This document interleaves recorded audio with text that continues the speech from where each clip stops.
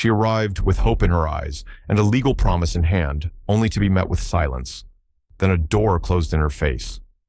"We didn't expect someone like you," the woman said, looking past her skin, but not really. No one stepped forward. Until one man, standing at the edge of the crowd, didn't look away. He took a step closer. "If this story touches something deep in you about worth, about truth, about how we see one another, stay with us. And if it moves you, consider liking, subscribing, or sharing your thoughts below." Ashford Union Station didn't see much drama. Most days it was farmers coming in from the edges of town, high schoolers back from summer programs, or families visiting for long weekends. The platform was concrete, cracked near the benches, and the metal roof still echoed every bird that landed overhead. But on this particular Tuesday, the station buzzed with post-holiday travel, and one woman standing near track 3 didn't seem to fit the humdrum pace of things. Aaliyah Brooks adjusted the sleeve of her dress. The soft blue cotton wrinkled slightly from the train ride out of Boston. She held her suitcase close, her back straight, chin lifted, as if posture could shield a person from being misplaced. She'd been a 5th-grade teacher for 8 years, lived alone in a rented walk-up in Roxbury, and sent more letters in the past 6 months than she had in her entire adult life combined. All of them had been to one man, Bradley Kemp, a widower, mid-40s, owner of a farming equipment store in Ashford, Nebraska. His first letter to her had been stiff, maybe even rehearsed, but by the 4th, something had softened. By the 8th, he was sending her pressed wildflowers and stories about the way the sky looked over his fields at sunset. He'd never asked for a photo. She hadn't volunteered one. They'd agreed, in a quiet, mutual tone, that appearances were less important than values. And yet, the moment she saw him standing near the vending machine, sunflower bouquet in one hand, phone in the other, she knew. He looked at her like a child who'd opened the wrong present. His mouth parted, but he didn't smile. Instead, he blinked once, as if unsure whether to speak. When she approached, offering a hesitant, "Bradley," he answered with a pause and then the sentence that stayed sharp, like a rock in the shoe of memory. "You didn't say you were black." He didn't say it with anger. Worse, he said it with confusion, like she'd violated an unspoken rule and he wasn't sure whether to be embarrassed or betrayed. Aaliyah stopped where she stood. The breeze from the train's departure pressed her dress against her legs. People passed by, rolling luggage, checking phones. No one really stared, but she could feel it, the social weight of being observed, while dignity peeled away, layer by invisible layer. Bradley took a half step back, eyes darting to the open lot beyond the platform. This isn't what I pictured," he muttered. Then, fumbling, he reached into his jacket pocket. "Look, I can pay for a motel or something. You came all this way. I don't want to be cruel. It's just this isn't the match I thought we had." She didn't speak. Her silence wasn't cold. It was tight, controlled, a survival tactic. Her hand gripped the suitcase a little harder. Her shoulders didn't sag. And that's when another voice cut through the moment. "I think the lady deserves more than an apology and a voucher."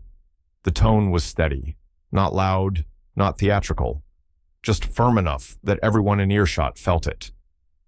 The man stepped forward, out from under the shade near the ticket office. Broad shoulders, work-worn jeans, clean white shirt. The kind of boots that told you he'd earned his posture. He walked like he had no one to impress, but had seen too many things not to step in when something felt wrong. Jonathan Whitmore. People in Ashford called him Jack.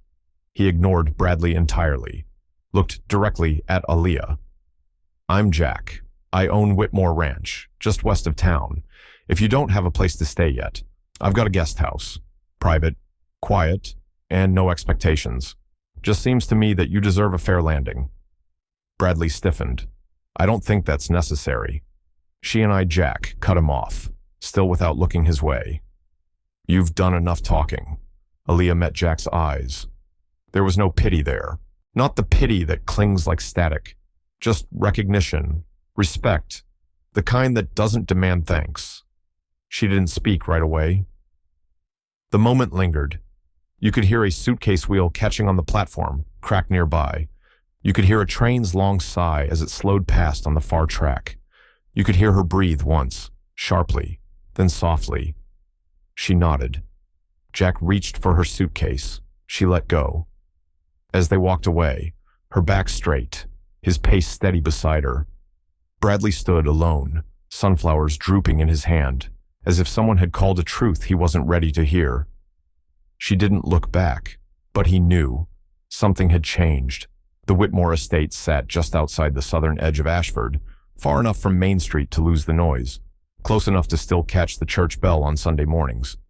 The gravel road up to the house was lined with cottonwoods. Their long shadows stretched across the hood of Jack's truck as he pulled up with Aaliyah in the passenger seat. Silent the whole ride, hands folded in her lap. The house itself was old but well kept. White siding, green shutters, a long porch that wrapped around the east side, a weather vane shaped like a horse turned lazily on the roof. Jack parked beside the barn and turned off the engine. "You can take the guest room upstairs. It's got its own bath and faces the south pasture. You'll hear the horses in the morning, but they don't bite unless provoked," he said, half joking, as he carried her suitcase through the side door. Inside, the smell of pine cleaner and something slow-cooked greeted them.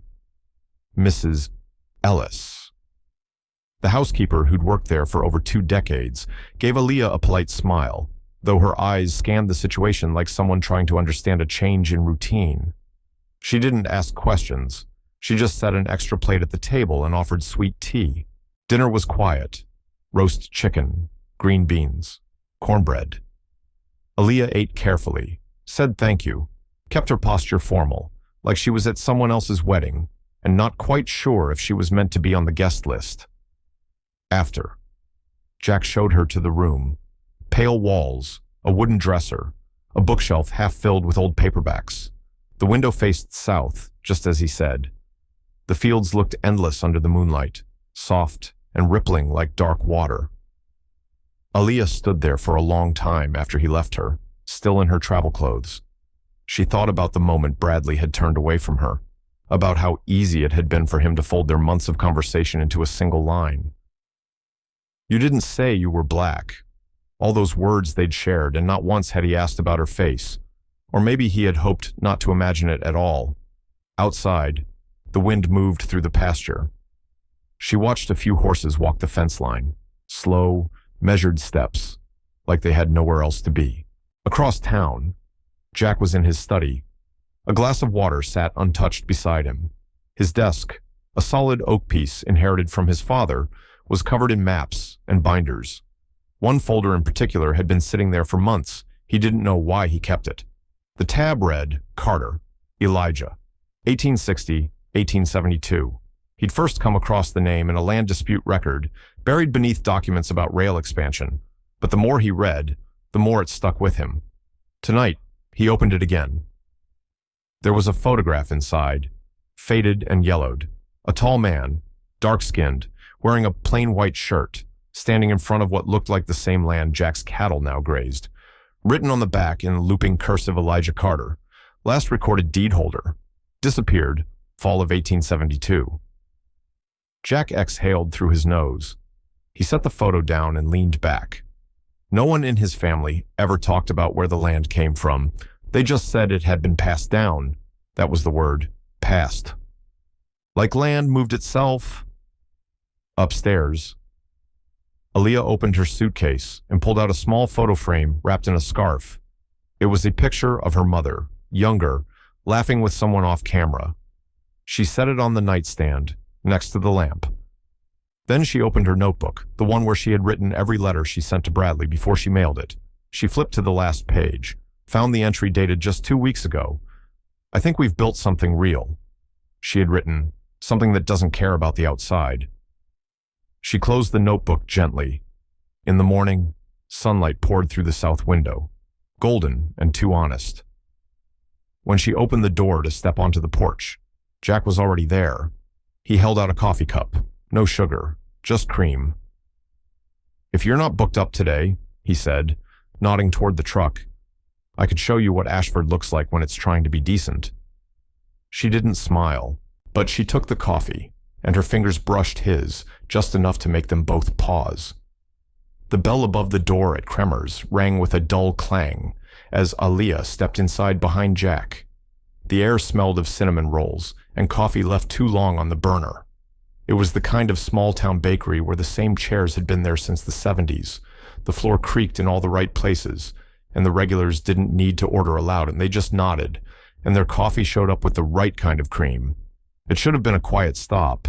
Nothing too loaded, just a place to sit, maybe eat something warm. But the moment Aaliyah stepped to the counter and opened her mouth, the rhythm changed. The woman behind the register, mid-60s, short gray hair, glasses on a beaded chain, froze. Her eyes scanned Aaliyah's face, then her hands, then back again like she was waiting for someone to step in and explain. Aaliyah asked for a turkey sandwich, her voice calm, her shoulders still.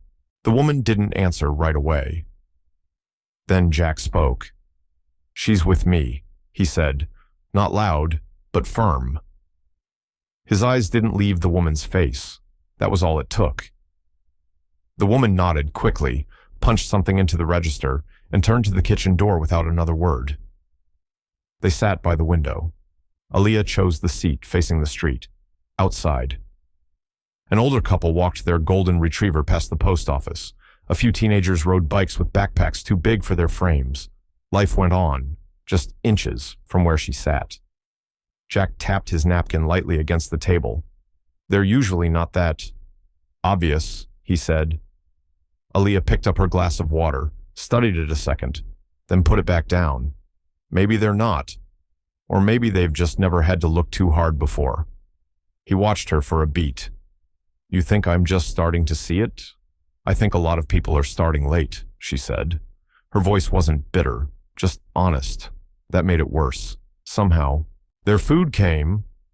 Aaliyah unwrapped her sandwich slowly. She took a bite, but didn't finish it. Jack didn't push. He sipped his coffee and let the silence fill the space without crowding it.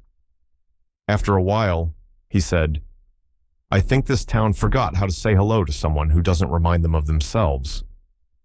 Aaliyah gave a soft laugh that didn't quite reach her eyes, or maybe it remembers exactly how, and just chooses not to.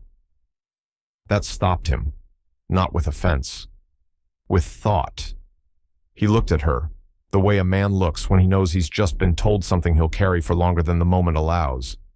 "Maybe," he said. They didn't rush to leave, but when they finally stood, she folded her napkin with precision and placed it on the edge of her plate. At the door, Jack held it open, but she didn't step through immediately. That's when a small boy, no more than 6, ran up to her, nearly bumping her knee. His hands were stained with marker ink, and he held out a piece of paper, folded and worn. "For you," he said, then ran. Aaliyah opened it. A crayon drawing unsteady but full of color showed a woman in a blue dress, standing in front of a school. Kids surrounded her, all with different hair and skin tones. At the bottom, Miss A. From the train. She turned to look for the boy, but he was already gone, swallowed by the street like a leaf in the wind. She didn't say anything, just held the paper in her hand a little longer than needed. The old study on the west side of the Whitmore house smelled of aged paper and dry wood. It was the kind of room that held things people didn't want to throw away, but also didn't want to be asked about. Jack sat at the desk, its surface cluttered with records and folders he hadn't opened in years. One of them was labeled Land Disputes, Post-Bellum. He pulled it closer. Inside, among yellowed deeds and surveyor's notes, was a folded map from 1866. The ink was faded, but a thin red line still stood out, looping around a plot of land that stretched from the north pasture to the bend of the creek near Route 12. Written at the bottom, in small, deliberate script, Elijah Carter, November 1866. Jack sat back in his chair. The name Carter hadn't been spoken in his family in any meaningful way for decades. It had been a kind of ghost, one of those names whispered around old men at the barbershop, tied to stories that ended with, "But that was a long time ago." But here it was, in ink, on paper. Elijah Carter wasn't a ghost. He'd signed this land. He remembered what his grandfather used to say whenever the past came up over whiskey and silence. The land's clean now. Best leave Carter where he is. That line had never meant much. Until now. Jack looked out the window. The night had gone still. Across the yard, the upstairs guest room light was still on. He knew Aaliyah was up. She hadn't said much after dinner, just a quiet thank you and a polite smile before heading up with the same grace she'd held on the train platform. He considered walking over. The hallway was quiet. The stairs wouldn't creak much. He could knock, say he found something, maybe ask if she wanted to talk, but he didn't move. Instead, he placed the map back in the folder and closed it. Upstairs. Aaliyah sat on the bed with a shoebox of letters. Some were written on paper yellowed by time, edges frayed, the ink barely holding on. They were her grandfather's, her great-aunts, and a few from names she only knew through family stories, people who had lived in Ashford long before the Carter name faded from its town records. One envelope had no stamp, just an address scrawled across the front in pencil, brittle and smudged Carter Homestead, East Field. She opened it carefully. Inside was a black and white photo.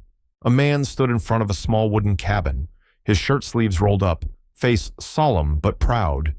Behind him, a thin line of trees bent slightly as if in mid-wind. The same trees she'd seen earlier that day when Jack drove her by the edge of his property. Her breath caught. She stared at the image, then reached for the notebook beside her. She jotted a date in the margin, a place, a note. North fence line, same trees, she whispered to herself, barely loud enough for the room to hear. He stood here, right here. The photo slipped from her lap and fluttered to the rug. She left it there. Downstairs. Jack poured himself a glass of water. He held it, didn't drink. The house made no noise. He turned the glass in his hand and looked again at the closed folder on the desk. He could ignore it. Plenty of folks in Ashford had done just that. Let sleeping names lie. Don't go digging where there might be roots you don't want to pull. He stood. Halfway to the stairs, he stopped. The weight of a history he hadn't lived pressed just enough against his chest to hold him still. And upstairs. Aaliyah sat by the open window, the photo now in her hand again. She traced the outline of the man's shoulder with her thumb, the shape of the trees behind him. She didn't cry. She didn't need to. She just knew now. The morning air hung cool outside the window, dew still clinging to the fence line like a thought not yet shaken off. Aaliyah sat on the edge of the guest room bed, her phone pressed to one ear, the other hand smoothing the crease in her skirt as her mother's voice filtered through the speaker. "You didn't tell me he was white," her mother said, voice soft but taut. "And you didn't say the town was so small." Aaliyah leaned her head back against the wall, eyes fixed on the branches swaying just beyond the glass. "I didn't think it would matter," she said. "I still don't think it does. But maybe I was wrong about how many other people disagree." There was a pause. Then came the question her mother always circled back to, especially in moments like this. "Are you safe?" "I'm safe," Aaliyah said, and she meant it, but not fully. Her eyes drifted to the yard below, where Jack was brushing a sway-backed mare, his touch slow and practiced. "I'm staying in a house with more rooms than I've ever needed, owned by a man who sees too much and says too little. It's safe, just not simple." Her mother sighed. "Just remember what people carry. Not everyone's honest about it." After the call ended, Aaliyah remained seated for a moment longer, the silence holding her like a soft rope. The past few days had unfolded too fast, like pages turning on their own. And now, something stirred inside her, not quite trust, but something beginning to look like a question worth asking. That afternoon, Jack knocked gently on her doorframe. "Mrs. Ellis and I are helping with the distribution at the community center, kids' books, some supplies. Thought you might want to come." Aaliyah nodded without needing to think. "Let me grab my coat." The Ashford Community House stood on a corner near the old courthouse, brick exterior, flaking paint on the trim. Inside, Card tables sagged under boxes of paperbacks, crayons, winter hats. Local volunteers moved about with casual efficiency. Aaliyah helped line up books by grade level, her movements measured but growing more relaxed as the hours passed. Then, a small boy bumped into one of the cardboard bins beside her, knocking it over. A mix of coloring books and envelopes spilled to the floor. She crouched quickly, gathering what she could. One envelope had no name, no address, just a stamp long expired and a seal undone. She opened it carefully. Inside was a letter, handwritten. The ink faded, but legible. To the Ashford Council, dated July 1871. The signature at the bottom read, Elijah Carter. She froze. The letter spoke of land boundaries, tax errors, a request for hearing. None of it sensational, just a man trying to hold on to what was his. Jack stepped beside her. What is it? She held it up, voice quiet. They framed this, right over there on the wall, called it a mythical example of postbellum civic discourse. A display piece, but it's not mythical. It's my family. Jack read the letter with her, his brow drawing inward. They don't even know what they're sitting on. Do they? They know, Aaliyah replied, folding the letter gently. They just call it history so they don't have to call it theft. They didn't speak again until they were back in his truck. The heater clicked softly. On the passenger seat, the letter rested on Aaliyah's lap. That night, Aaliyah slipped the document into a folder in her suitcase. She zipped it carefully. Then, as she turned toward the hallway, she found Jack standing by the threshold, a light coat draped over one arm. You left this downstairs, he said, offering the coat. Didn't want it to go missing. She took it, their hands brushing. Neither of them looked away. The Whitmore Library held the kind of quiet that invited memory. Sunlight filtered through the tall windows in slanted rays, catching dust in midair like bits of history that refused to settle. Aaliyah sat at the long oak table, surrounded by open boxes, old folders, brittle paper clipped together with rusting fasteners. The scent of aging leather and cedar oil filled the room. She had been combing through records Jack had retrieved from a storage chest beneath the stairs. No one had touched these files in years. Some pages still bore the scent of firewood and time. Jack hadn't offered guidance, only permission. Take what you need. He had said that morning before heading out to meet with the supplier. Aaliyah was careful. She wore cotton gloves and used a pencil to mark anything of note.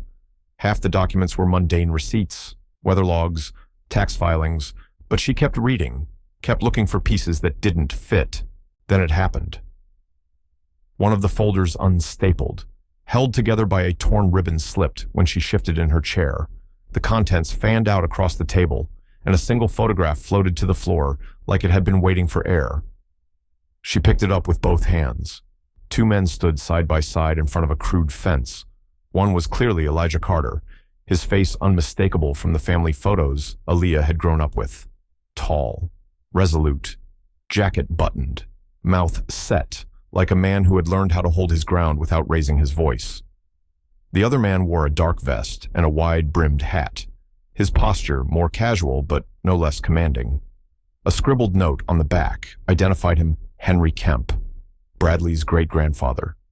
The date, September 2nd, 1866. Her breath stalled. She sat down hard, the photo still clutched in her fingers. Her eyes burned, but the tears stayed where they were, just behind the bone. Jack entered minutes later, holding a folder of deeds he thought might be useful. He paused in the doorway when he saw her. She sat on the floor, back against the table leg, the photo held loosely now, like she didn't know what to do with it. He stepped closer. Do you want me to stop bringing these? Aaliyah didn't answer immediately.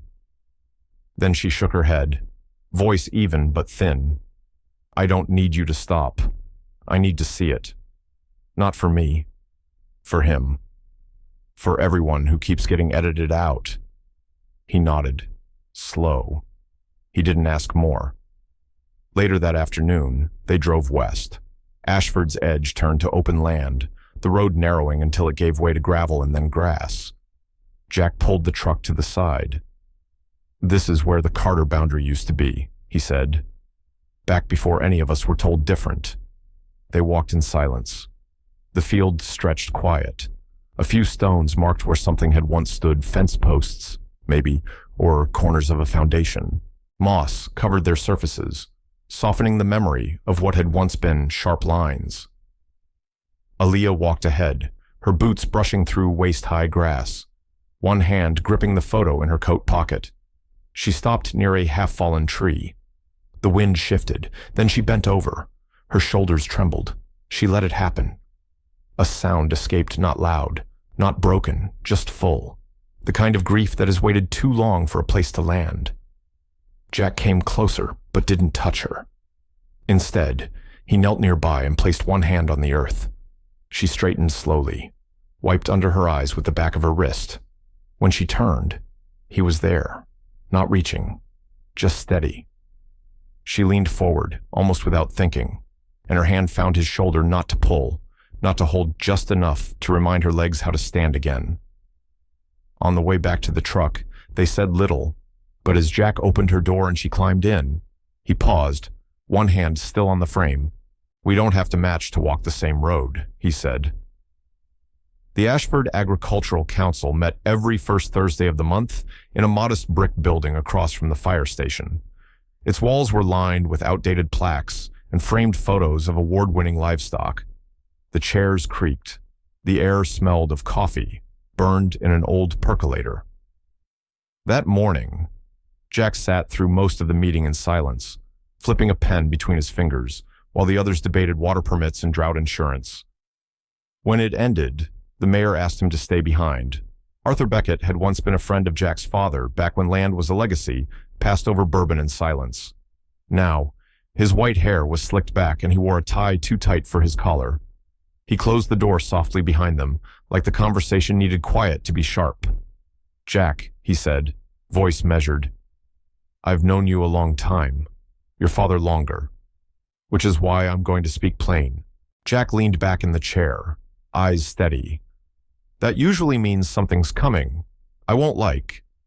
Arthur didn't smile. "You've brought someone into town, someone who doesn't exactly blend in with what Ashford's used to." Jack said nothing. "She's not the issue," the mayor added quickly. "It's what she might stir. You know how folks are. They start asking questions about the past. Things get unsteady." Jack raised an eyebrow. "Truth tends to do that." Arthur sighed, rubbing the edge of his temple. "You have a name that means something here, Whitmore. People listen when you talk. That kind of influence, it's a kind of trust. You start using it to open doors that were nailed shut for a reason. Don't expect applause." Jack's mouth tightened. "Is that what you think she's doing?" "Opening doors, I think," Arthur said carefully, "that you need to decide what matters more, preserving what your family built, or aligning yourself with someone who wants to dig beneath its foundation." The silence after that was cold and hard. Jack stood without a word and left. That evening, Aaliyah passed the study on her way upstairs. The door was slightly ajar. Through the gap, she saw Jack alone. His jacket was still on, one button of his shirt collar undone, the tie loosened but not removed. He held a glass of bourbon in one hand, untouched, eyes fixed on nothing. She knocked softly. He looked up, his expression unreadable. "You look like someone who forgot how to breathe," she said gently. He didn't smile, just stared at the glass. "The mayor asked me a question today, said I had to pick my family's name or this, she asked." Jack looked at her then, really looked. The truth. What happened on this land? What's still happening? She stepped inside, leaning slightly against the doorframe. "And what did you say?" He gave a quiet laugh, hollow and tired. "I didn't, because I'm starting to understand. You don't always get to keep both." Aaliyah crossed the room slowly, not to comfort, not to question, just to be there. She sat on the edge of the desk, her fingers resting lightly on the folder he'd left open. Inside, notes about tax disputes, handwritten letters, photographs, now familiar. She didn't touch them. After a long silence, she said, Sometimes, choosing costs something, but not choosing costs more. Jack nodded once, the kind of motion a man makes when a weight shifts but doesn't fall off. His glass remained untouched. Outside, the wind picked up, rattling the loose pane in the west window. Ashford Town Club had stood on Main Street for over a century, with its white columns, polished brass lanterns, and a flag that never seemed to age. The building was as much a symbol as it was a place. For decades, its doors only opened to names etched deep into town records, the ones that built banks, owned land, and whispered decisions long before they reached public meetings. That evening, the club hosted its annual summer gala. Jack arrived with Aaliyah on his arm. She wore a navy dress, plain, no embellishment, her hair drawn back with a dark satin ribbon. She said little as they walked from the truck to the steps, but her hand didn't tremble when she reached for the door. Inside, conversation hummed until it didn't. Heads turned. A lull spread across the foyer like a spilled drink. Aaliyah felt it all, the sideways glances, the narrowing eyes, the murmurs barely contained behind flute glasses and toothy smiles. One woman, in a silk gown and too much perfume, leaned toward her companion. "She doesn't look like she's from around here." Aaliyah heard it. She just didn't answer. Instead, she walked forward, one step at a time, spine straight, gaze calm. Jack stayed close but didn't shield her. That mattered. In the main hall, past the bar and floral arrangements, hung a series of oil paintings, portraits of the town's founding families. Men in waistcoats, women in high collars, all rendered in muted tones of dignity.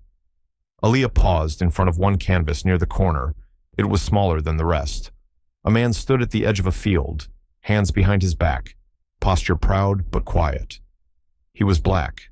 There was no nameplate, no date, just the label "Unknown Field Worker, c. 1870. Jack stepped beside her. "I asked them to rehang it. It used to be in storage. They said it wasn't important, but I thought maybe you'd recognize him." Aaliyah's voice was soft. "That's Elijah Carter." She didn't say how she knew. The shape of the shoulders, the stillness of the eyes. She had seen that stillness before in photos, in family stories, in the mirror, behind them. A pair of men talked louder than necessary about grain prices. A woman laughed, high and rehearsed, but then something shifted. A young server approached their table later, barely out of high school, hair tucked under a white cap. She poured water, eyes darting to Aaliyah. For a moment, they met. Aaliyah nodded, a gesture almost imperceptible. The girl smiled, not wide, not bold, just a small crease at the edge of her mouth, a silent recognition. As the evening wore on, Aaliyah noticed more glances, some cautious, some curious, none warm. But one thing had changed. She no longer looked down. She didn't fidget with her napkin or check the time. She stood. She walked. She returned to the painting once more before leaving. Outside, the night had cooled. The cicadas hummed low. Jack opened the door to the truck and waited. Inside the club, no one followed. But at the far end of the hall, the server lingered beside the painting. She reached out and straightened its frame, just slightly. The morning light slanted through the tall windows of the Whitmore Library, painting long lines across the rug where Aaliyah sat. Papers spread around her like scattered leaves. She'd gone through half a dozen old records land transactions, birth certificates, letters yellowed with time when her fingers paused on a thick, folded document near the bottom of the pile. The ink was faded, but the title stood firm: Last Will and Testament of Elijah Carter, 1866. She unfolded it carefully. Most of the names she already knew: family, neighbors, witnesses. But at the very bottom, a name hit her like ice: Theodore Kemp, witness and custodian of the original. Her hand trembled slightly. Kemp, the same name carved into the brass plate at the front of Bradley's hardware store, the same name her grandfather once whispered through clenched teeth, as if trying not to curse history aloud. The rest of the day moved in silence. Jack suggested they attend an evening talk at Rivera Community Center, part of Ashford's summer history series. The topic, Land promises, lost unrecorded histories of reconstruction. They walked in side by side, but not together. Aaliyah's posture was firm, her face calm, but inside her chest was a drumbeat, steady and rising. Jack kept a respectful distance, hands in his pockets, head lowered more than usual. The speaker, a local historian named Marie Redfield, stood before a slideshow of old Ashford maps. After the Civil War, she explained, several black landowners were issued deeds that never made it into official records. Their lands were taken over, some by intimidation, others by paperwork that conveniently vanished. A murmur rippled through the audience. Marie clicked again. There's talk of a deed signed by a man named Elijah Carter, whose land spanned much of what is now West Ashford, but so far, no authenticated version has been found. Aaliyah stood. The room quieted. I have it, she said. Her voice was low but unwavering. And I am Carter's descendant. A full stop of breath filled the room. No one moved. Jack's shoulders stiffened behind her. One man coughed.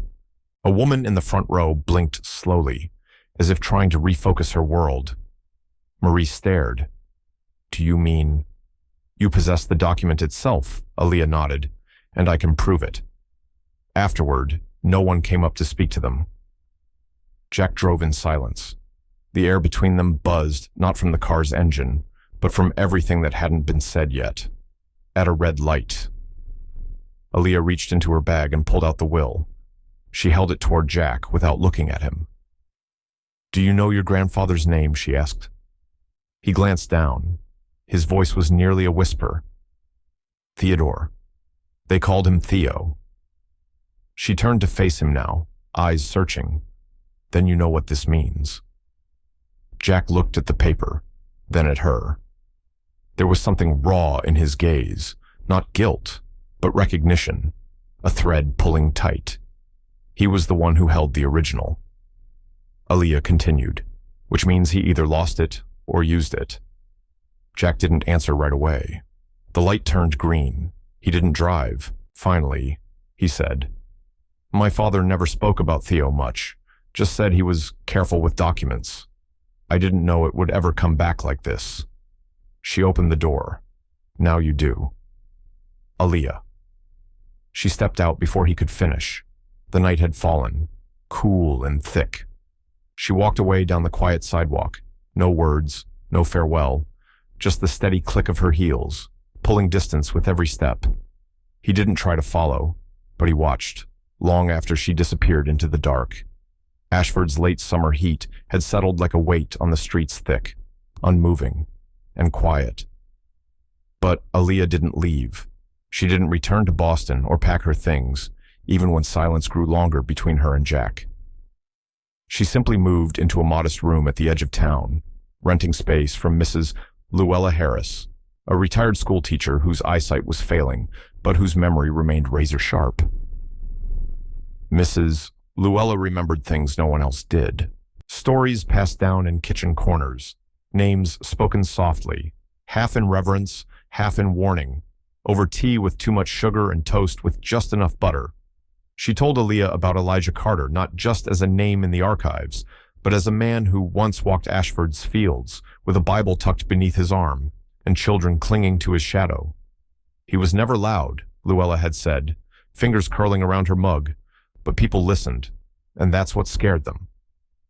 Aaliyah spent her mornings in the county clerk's office, her afternoons cataloging letters from her great-grandmother's chest, and her nights too wide-eyed to sleep. She didn't call Jack, didn't reply to his texts. The pain wasn't fresh, it had settled into something more familiar, an ache that didn't beg for resolution, only respect. Jack, meanwhile, didn't push, but he moved, quietly. He funneled funds into restoring the Rivera Community Center's crumbling roof, hired a legal historian from North Carolina, submitted a formal request to reopen the disputed land files from 1866. He didn't ask Aaliyah's permission. He didn't seek her forgiveness. But he acted as if, somewhere deep down, this town still owed something real. 3 days later, Aaliyah's mother arrived. She hadn't planned the trip, hadn't even warned her daughter. She simply showed up on Mrs. Luella's porch with a floral suitcase and a question in her eyes that didn't need asking. They sat together in the small parlor, fan humming beside them, the ticking wall clock marking more than time. Her mother was quieter than usual. No advice, no stories, just a plain envelope she held out with both hands. "This came to the house in Boston," she said. "Hand-delivered, no return address, but it's been notarized." Aaliyah took the envelope. She didn't open it. Not yet. Her mother continued, voice steady. "Inside is a certified copy of your great-great-grandfather's will, the full one, verified by the state, and there's a note. Just one line, no apologies. Just what her father deserved." Aaliyah stared at the seal. The name on the bottom corner, the tiny embossed stamp, pressed clean into the paper. Her chest rose and fell once, then again. She didn't ask who sent it. She didn't need to. Outside, the breeze lifted the edge of the curtain, letting in light that didn't demand attention, but found its way to her lap anyway. "Mrs." Luella said something from the kitchen, but Aaliyah didn't catch it. Her mother touched her arm gently. "I think this place wants to forget, but it's not allowed to, now." Aaliyah didn't respond. She only leaned forward, holding the envelope tighter, not to protect it, but to steady herself. Across town, Jack sat in his truck outside the town records building. His shirt was wrinkled, his coffee untouched. He'd seen the courier leave hours ago. He didn't need confirmation of delivery. What he needed was to sit in that moment and do nothing heroic. Just sit. Back in Luella's house, Aaliyah finally stood. She walked to the window and looked out at the street, quiet and plain like most streets in Ashford. But something had shifted. Not loudly. Not yet. But she could feel it just the same. And when she turned away from the glass, there was no trace of hesitation in her hands. The train from Ashford to Philadelphia cut through long stretches of golden field, but Jack didn't look out the window. His fingers tapped an unsteady rhythm on the edge of the seat, his eyes fixed on nothing. The name Carter had rooted itself in the center of his thoughts. Impossible to ignore now. He wasn't chasing an apology anymore. He was chasing the weight behind the silence. Malcolm Price's office sat 2 floors above a bookstore near Rittenhouse Square. The lawyer, older than he looked in the articles Jack had read, wore glasses with thin rims and spoke with the steady voice of a man who'd seen too many legal truths buried under social comfort. Jack placed the sealed copy of Elijah Carter's will on the desk. Malcolm didn't touch it right away. He just looked at it and said, "You know, the hardest part of history is not what we find. It's what we decide to do with it once it's in our hands." He opened the envelope, scanned the pages, paused at the signature line. "This isn't just a name," Malcolm said quietly. "It's a transfer of ownership. And unless there's a follow-up deed, which you say no one's ever produced, there isn't," Jack said. Malcolm leaned back. "Then this town you live in, most of it technically still belongs to Elijah Carter's bloodline. At least, morally, legally, it's tangled. But if the will holds, and there's no record of formal sale, it's not just a story anymore." Jack didn't flinch. He just nodded. Once. "That's what I came to hear." As he left the office, his reflection caught in the glass of the bookstore window. For a moment, he didn't quite recognize the man looking back. Not a Kemp. Not anymore. Not in the way the name had once meant power, control, legacy. Maybe he could still be Jack. Just Jack. But someone else now. That evening, back in Ashford, Aaliyah arrived at the Rivera Community Center early, arms full of folders for a community education session. It was quiet inside, except for the soft sound of a man's voice drifting from the back room. She paused. Through the open door, Jack was sitting on the floor with 5 children around him. A history book lay unopened beside him, but his story didn't come from its pages. "There was once a man," he said, "who lost everything: his land, his name, the promise of what could have been. But he never stopped learning, and he taught others to write their names, so no one could ever erase them again." The children listened, not because they had to, but because something in his tone made them want to. After the kids were picked up and the chairs folded, Aaliyah stayed back, checking the projector cables. Jack walked toward her, slowly, like a man crossing into unfamiliar territory without waving a flag. "I'm not here for forgiveness," he said. "I'm here because I want to live differently than those who forgot your grandfather." She looked up, caught his eyes. The room felt suspended, like the quiet before a summer storm breaks. "I haven't forgiven you," she said. Her voice was soft, steady, "but I don't want to forget you either." Jack didn't move closer. He just stood there, the space between them, holding everything unspoken. And for the first time in weeks, the silence between them didn't feel like distance. The courthouse steps of Ashford had never seen a morning quite like this. The sun hung low, sharp light bouncing off the white stone columns. People gathered outside in murmurs and cautious glances, some standing in groups, others clutching folded papers, as if their presence alone could anchor them to the moment. Inside the town hall, the chamber buzzed.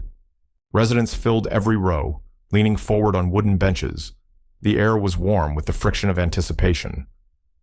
At the front, the council table stood like a line drawn across history, each seat filled with faces carved by decades of habit, some stern, others weary.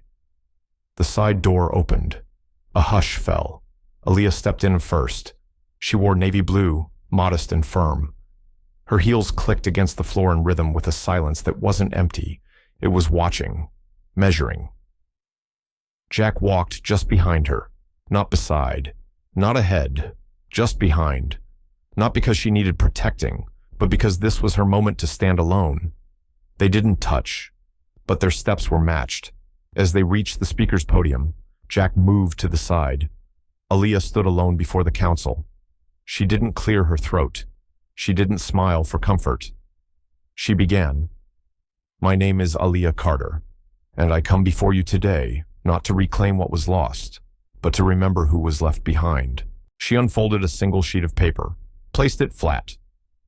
"This is the verified last will and testament of Elijah Carter, dated July 1866, confirmed by independent legal experts. It shows that my great-great-grandfather designated land, now part of Ashford, as part of his legacy. That record was lost, but not by accident." A stir moved through the room. Someone coughed. A wooden bench creaked. "I've been advised I could file for restitution, that I might seek damages, retroactive deeds, or judicial correction." She looked at no one in particular, but everyone felt seen. "But I'm not here for that." She reached into her bag and pulled out a second document. "I'm proposing the creation of the Carter Foundation, a community trust, built from a percentage of town taxes and donations. Its mission: education, healing, and access, so that no one else gets lost between the lines of someone else's story." Still silence. "And I want it written into Ashford's charter, not as an apology, but as acknowledgement." For a moment, no one moved. Then, from the council's far left, Ronald Patch stood, the man who once argued that tradition mattered more than correction. He was older now. He didn't smile, but he clapped. Once, then twice. And the room followed.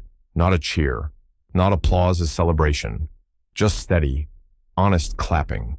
Like something in them all had been held too tight for too long and was finally allowed to breathe. Aaliyah looked down once, then stepped back. Jack didn't say a word. He didn't have to. Because when she turned to leave, the aisle cleared before her, not in distance, but in reverence. And in the stillness that followed, no one quite knew what to say, but no one wanted to say anything wrong. She didn't look back, but he knew something had changed. Late August had softened the air in Ashford. The Carter Center, freshly painted and smelling of pine wood and paper, buzzed with the low hum of children's laughter and the rustling of books still stiff from being unpacked. Sunlight filtered through the tall windows, bouncing off the pale floors and catching motes of dust mid-air like stars suspended in afternoon quiet. Aaliyah stood at one end of the room, crouched beside a shelf too low for the average adult, but just right for curious little hands. Her fingers moved methodically, placing colorful picture books into order. A girl named Miri was beside her, cross-legged, tapping the floor as she read aloud to no one in particular. At the far end, Jack tightened the screws on a bookcase that had been salvaged from an old school in Ohio. He worked in a quiet rhythm, sleeves rolled, jaw clenched just slightly. The room felt steady. Then a voice, small, clear, and unburdened, cut through the gentle din. "Daddy, can you help me reach that one heads turned? Not all, just enough to feel the hush." Aaliyah froze, her hand still hovering over the last book, her eyes lifted slowly toward the back corner. A boy, maybe 5, stood beside Jack, pointing up at a shelf he couldn't quite reach. His face was open and expectant, pure in the way only children can be when their hearts assign labels faster than the world teaches them rules. Jack looked down at the boy and smiled, steady as ever. "Sure, kiddo," he said, and lifted the book without hesitation. No correction, no awkward chuckle, no explanation. Just a man, a child, and a moment they both believed in, if only for a second. The boy ran off, book in hand. The murmur of the room resumed, but slower now, like something delicate had passed between them all. Aaliyah stood. She didn't say a word. She walked to the back exit and stepped out onto the shaded porch behind the building. The wood still creaked like it remembered being old. She didn't cry. She just stared out at the patch of earth behind the center, now cleared for a garden, a space they'd talked about filling with flowers and benches, maybe a tree with a brass plaque. Jack appeared a few minutes later. She didn't look at him. He didn't speak. For a while, all that passed between them was late summer air and a faint wind carrying the scent of chalk and soil. Then she said, softly, "I don't know when I started trusting you, but I did. Somewhere along the way. It happened." Her voice didn't shake, but it pressed against something fragile, and that's scarier than I expected. Jack sat beside her, slow and deliberate, not touching, not breaking the stillness she'd chosen. He didn't try to make it easier. Sometimes, presence was the most honest thing a person could offer. They sat like that, the weight of the afternoon wrapped around them, the sound of children behind the wall like a distant heartbeat, and neither of them moved to leave. The article hit newsstands on a Monday morning. Above the fold, black and white headshot of Alia, soft smile, eyes steady. The headline read, "The Woman Who Rewrote Ashford's History." And below that, a subheading in bold, "From Forgotten to Founding, How One Voice Echoed Through a Century of Silence." Within hours, inboxes pinged, phone lines buzzed, Rivera Community Center fielded more media inquiries than they had chairs. But Aaliyah stayed in her rhythm. She made tea, she checked on the after-school program. She answered questions from the press only when they were asked respectfully and only once. Meanwhile, 10 miles south, in a sterile conference room lit by 2 white fluorescent lights. The board of Whitmore Agritech convened for an emergency meeting. The air felt dense, like the room had already made up its mind before anyone spoke. A man named Frederick Lyon Gray Suit, older than he looked, and sharp enough to never show panic, leaned forward. He spoke plainly, as if reading off a chart. "We're getting calls. From suppliers. From partners. They're worried. Jack, your last name's making headlines, and not the kind investors like." Jack, seated at the end of the table, wore no tie. His sleeves were rolled, and the tiredness under his eyes didn't ask for pity. Frederick continued, "You're aligning yourself with something people still call controversial: reparations, racial memory, public apologies. That's not the image this company was built on." Another board member, a woman named Ellen, chimed in, her tone softer but no less pointed. "They're going to link Whitmore Agritech to reparative land claims, to restitution, even if that's not your intent." Frederick didn't blink. "So here's the question. Jack, do you choose her, or do you choose the company?" Jack stood, slowly, let the question hang for a moment, then answered, "I don't choose either," he said, voice low but clear. "I'm building something new, not just a company, a name, a legacy that doesn't flinch when it's asked to remember." He didn't wait for a reply, just walked out, steady and sure, like his boots already knew the way. That same evening, in the quiet of Rivera Community Center, Aaliyah sat alone in the reading room. The lights were off except for one small desk lamp. A laptop glowed in front of her. On the screen was an email from the American Institute of History, formally requesting to archive Elijah Carter's 1866 will. They wrote about historical significance, about national impact, about how too many stories like his had gone untold.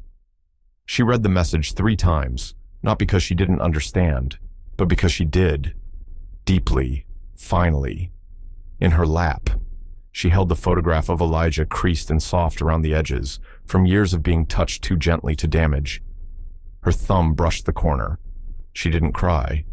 Not this time.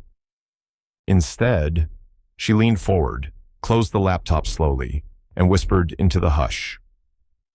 They're listening now. Grandpa. They're listening. September brought cooler air and softer light to Ashford. The heat of the summer had peeled back, leaving behind a kind of clarity like the town had been washed clean, at least on the surface. That morning, folding chairs lined the brick plaza in front of the new community exhibit hall. Yellow ribbons fluttered from lampposts. Local shops closed early. It wasn't a holiday, but it felt like one. People came. Not just the usual faces from council meetings or PTA rosters. They came from nearby towns, from old neighborhoods that used to be ignored. Some wore Sunday best. Others came in work boots and paint-stained shirts. Children gathered at the front, eyes wide, mouths already sticky with lemonade. The mural covered the entire south wall of the old courthouse-turned gallery. It wasn't perfect brush strokes uneven. Some proportions a little off, but it pulsed with something real. At the center was a wide, green field. Children running. To the left, a school where kids of every shade sat side by side. And to the right, a farmer, tall, proud, with deep lines on his face, handing a book, not a plow, to a boy half his size. The bottom corner read, "Painted by the kids of Ashford, for those who never got to tell their story." Jack watched from the side, behind the pop-up tents and water coolers. He didn't wear a name tag. He didn't want one. His hands were in his pockets, and he kept his distance, but his eyes never left the stage. Aaliyah stepped up to the microphone, simple in a navy blue dress, hair pulled back. She didn't clear her throat or search for applause. She just waited for the crowd to settle. "I'm not here to say we changed the world," she began, voice steady. "We didn't write new laws or pass sweeping reforms. What we did was smaller. But maybe, just maybe, it matters more." She gestured behind her, to the wall that now bore more truth than any plaque ever had. We changed how a town sees itself, how it sees its past, and how it chooses to carry that into the future. There was a pause, longer than polite silence, shorter than discomfort. Then one person clapped, then 2, then all. She didn't wait for the noise to swell. She simply stepped back, nodding once in gratitude. From behind the makeshift curtain, Jack didn't move, but when she turned toward the wings, their eyes met. He didn't wave, didn't smile. He just placed his hand flat against his chest, just over his heart, and bowed his head the slightest inch. That night, long after the folding chairs had been collected and the lemonade stains had dried on the bricks, they met at the Carter Center. It smelled of fresh paint and new wood. The walls still echoed more than they should have, as if the place hadn't yet grown into its own noise. They stood by the main entrance, where a single oil painting had been mounted. It was small, framed in worn oak. Elijah Carter's face stared back, gentle, proud, patient. There was no plaque, just a simple inscription, "Founder in Spirit." Jack studied it for a long moment before he spoke. "I don't want a statue, or a headline, or a name on a building," he said quietly. Aaliyah turned toward him, waiting. He looked up, voice barely above a whisper. "I just want to be part of your world. If you'll let me." Winter crept in quiet and slow that year, laying a hush over Ashford. The trees had long since dropped their leaves. The wind along Main Street picked up dust and scattered it like old memories. But inside the Rivera Community Arts Center, the room stayed warm. The walls, freshly painted in soft earth tones, held the sound of children's laughter and quiet learning like a living heartbeat. Aaliyah still walked the same halls. She still carried her bag slung over one shoulder, always full of books, markers, and a half-eaten granola bar she never seemed to finish. Her mornings began with the same soft greetings, but her eyes carried more stillness now. Not weariness, just a kind of settled knowing. One gray morning, fog thick against the windows. A student raised her hand mid-sentence. Aaliyah paused, chalk in hand. "Miss Carter," the girl asked, voice small. "Does Mr. Jack still work here?"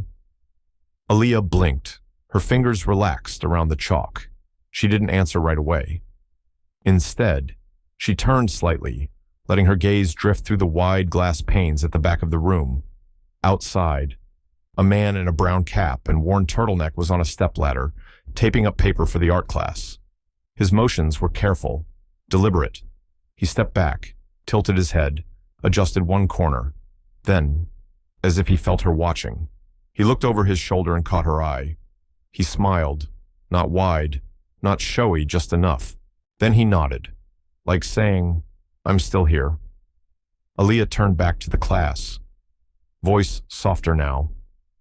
"He's still around," she said, and something in her tone told the kids there was more to that answer and that it didn't need explaining. That afternoon, in the reading room of the Carter Center, volunteers unpacked a new display. It was a small exhibit, just one case, at the far end of the room. Inside, on a velvet pad, stood a statue no taller than a loaf of bread, bronze, smooth, hand-cast. It showed a teacher headed, slightly bowed, standing between two children, one white, one black. The figures touched hands, but just barely, like the moment before the connection, or maybe the moment just after. Beneath it, a single line was etched into the plaque. "This land remembers. So do we." People came to see it. Some cried. Some didn't say anything at all. The statue didn't ask for tears. It simply stood there, quiet, undeniable, permanent. No one threw rice or rang church bells that year.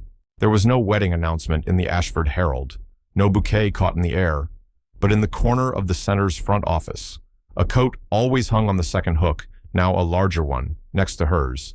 And every Friday, after the last child's voice faded out into the cold, Jack would wait on the bench near the gate, hands folded, coffee in a thermos. Aaliyah never asked why. She never needed to, because some love isn't loud. It's a man who chooses to stay. It's a woman who no longer has to fight alone. And it's a place not built on paper or signatures, but on truth, remembered and finally honored. A child once asked why some names were carved in stone and others only whispered. No one had an answer, but in that town, on that quiet morning, something shifted just enough for memory to take root in daylight. Not loudly, not all at once, just enough. Maybe some stories don't ask to be celebrated. They ask to be carried gently, in the choices we make when no one's watching. And maybe that's how a name finds its place, not in history books, but in the hearts that refuse to forget.